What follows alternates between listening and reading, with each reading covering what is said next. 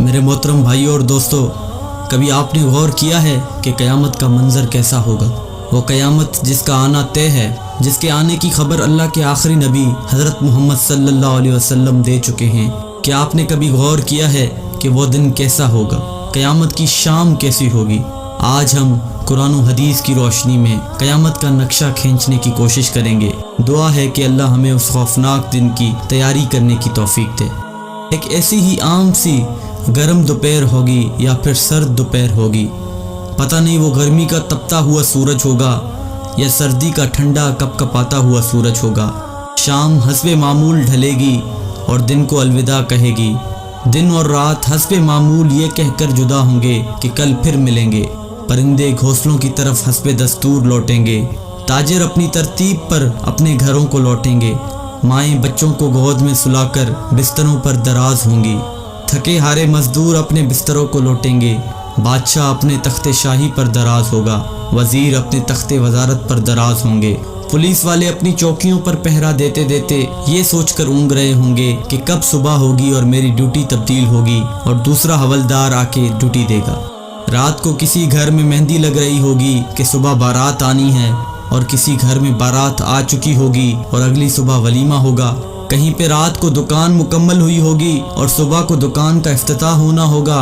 کسی کا رات کو گھر مکمل ہوا ہوگا اور صبح نئے گھر میں منتقل ہونا ہوگا۔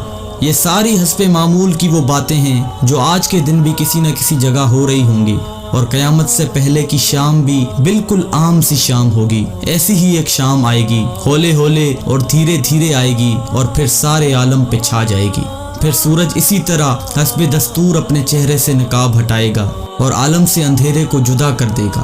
کوے آنکھیں کھولیں گے، مرغے اذان دیں گے، بلبل کا نغمہ ہوگا، کوئل کی کوکو ہوگی، چڑیوں کی چہچہاہٹ ہوگی، جھرنے اسی طرح اپنے پانی کے ساتھ بہہ رہے ہوں گے، دریاؤں میں طغیانی حسب دستور ہوگی، سمندر میں موجوں کی اٹکیلیاں حسب دستور ہوں گی، سبزی لینے والے صبح صبح سبزی منڈی کو جا رہے ہوں گے اور کام کاج والے گاڑیوں کے اڈے کی طرف جا رہے ہوں گے، ڈرائیور اپنی گاڑیاں ٹھیک کر رہے ہوں گے، مائیں بچوں کو اسکول کے لیے تیار کر رہی ہوں گی، کوئی مکھن کا پیڑا نکال رہی ہوگی تو کوئی ڈبل روٹی پہ مکھن لگا رہی ہوگی اور کوئی پراٹھا توے پہ ڈالنے جا رہی ہوگی۔ حالی نے ہل کھیت میں ڈال دیا ہے، دکاندار نے دکان کھول لی ہے، گاہک نے آ کے قدم رکھا تو دکاندار نے مرحبا کہا۔ 10 میٹر کپڑا طے پایا، اس نے کپڑا ناپا اور کاٹنے کے لیے کینچی ڈالی۔ ادھر دکاندار کینچی چلا رہا ہے، ادھر گاہک پیسے گن رہا ہے، اور ادھر کاشتکار کا ہاتھ ہوا میں بلند بیج بکھیرنے کو ہے۔ ادھر دلہن کے لیے اس کی بہنیں اور سہیلیاں آئی بیٹھی ہیں، ادھر باراتی آئے بیٹھے ہیں۔ لوگ انتظار کر رہے ہیں کہ کب بارات چلے گی، کب باجا بجے گا اور کب دلہا آئے گا۔ ایسا ہی ایک عام دن ہوگا اور حسب معمول کے کام جاری ہوں گے، حسب دستور دنیاوی معاملات بھی جاری ہوں گے، اور اچانک سے ایک ہیبت ناک آواز آئے گی۔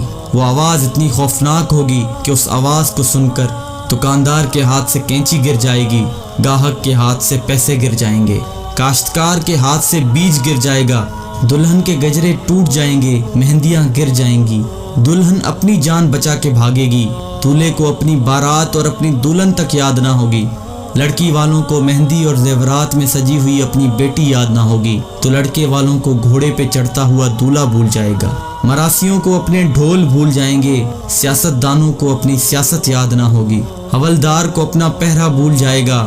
وہ خوفناک آواز پورے جہاں کا کلیجہ چیر دے گی۔ انسان کا کلیجہ تو ہے ہی چھوٹا سا، قرآن کے مطابق وہ آواز اتنی ہیبت ناک ہوگی کہ اس آواز کو سن کر زمین و آسمان کے کلیجے پھٹ جائیں گے، پہاڑوں کے بہتے ہوئے چشمے خشک ہو جائیں گے، ماؤں کے ہاتھوں سے وہ نوالے گر جائیں گے جو وہ اپنے بچوں کو کھلا رہی ہوں گی۔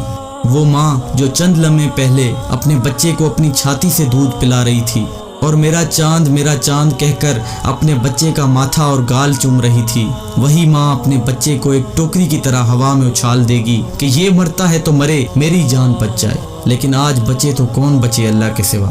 آج ہر شخص پر اتنا خوف طاری ہے کہ اسے بچوں کی پکار نہیں سنائی دے رہی۔ آج دھرتی پر مسلمان کوئی نہیں ہوگا۔ یہ اللہ کا شکر ہے کہ قیامت صرف کافروں کے لیے ہے، مسلمان کوئی نہیں ہوگا۔